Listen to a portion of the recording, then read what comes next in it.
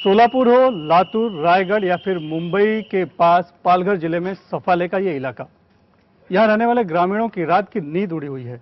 खबर है कि बड़ी संख्या में डकैतों का गिरोह गांव में घुसकर डकैती डालने के फिराक में है। लिहाजा लोग रात भर जाग जाग कर पहरा देने के लिए मजबूर हैं। जागते रहो।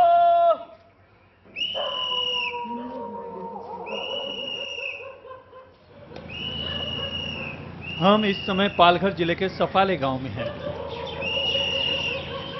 रात हो चुकी है। वैसे तो ये वक्त खाना खाकर सोने का है, लेकिन गांव वाले सोने की बजाय एक एक कर इकट्ठा हो रहे हैं। तो चड्डी पहनी तो कोई गैंग आई हुई है, तो हमारे इधर का एरिया सुरक्षित रहे, इधर की चोरी नहीं हुए, इसके लिए हम लोग जागते हैं। चड्डी बनियान गिरोह के लोग यहाँ पर आते हैं। आ रहे आजू बाजू के गांव में आए, अभी सुना है कि आगाशी तक आए, कोई बोलता है कि नवसई में आए, खानीवाड़ा में आए।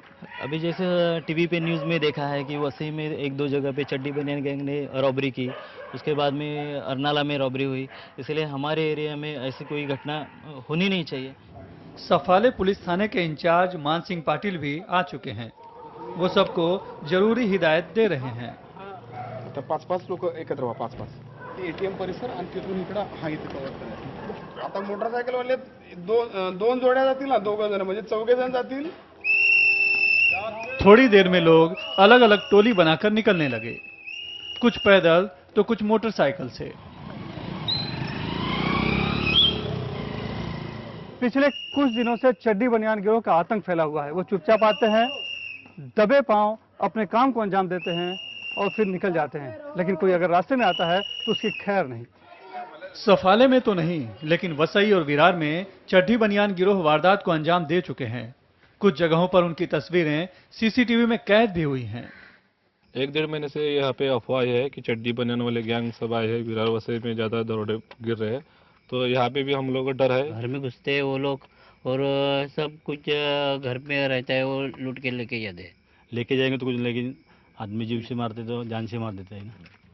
इलाका बड़ा है और पुलिस बल कम, इसके लिए ग्राम सुरक्षा दल बनाया गया है, जिसमें गांव के नौजवान डंडे और लकड़ी से लैस रहते हैं।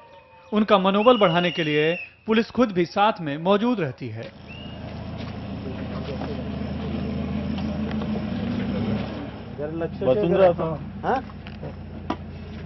बस येते आणि संशयास्पद काय आलं तर यांना फोन वगैरे करायचं, कळलं का?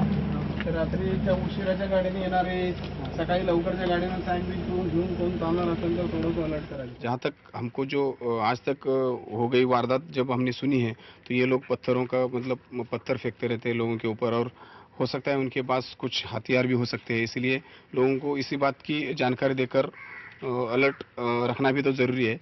और हमारे पुलिस वाले भी इनके साथ में हैं जो सशस्त्र है, तो हम भी इनके साथ में मिलकर मतलब ये सब पहरा दे रहे हैं।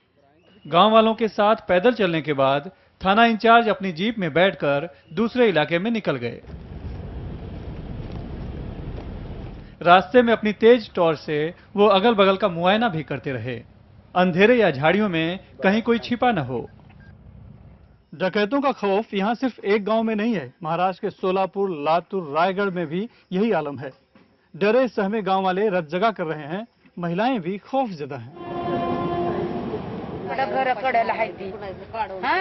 डर के मारे हम अपने घरों में भी नहीं जा पा रहे हैं, बाहर बैठकर पहरा देना पड़ रहा है। लोग डरे सहमे हैं, इसलिए व्हाट्सएप के जरिए एक दूसरे को आगाह भी कर रहे हैं। पर डकैती के डंके को पुलिस खुले तौर पर मानने से इनकार कर रही है और अफवाह बताकर व्हाट्सएप भेजने वालों पर कार्रवाई भी कर रही है।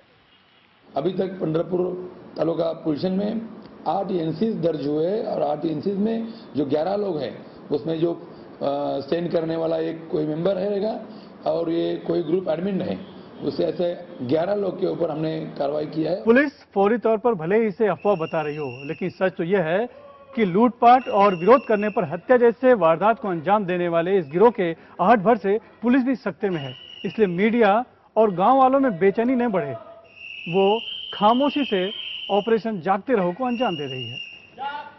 पालघर से राजा महल और कैमरामैन दिनेश राले के साथ सुनील सिंह, एनडीटीवी इंडिया के लिए।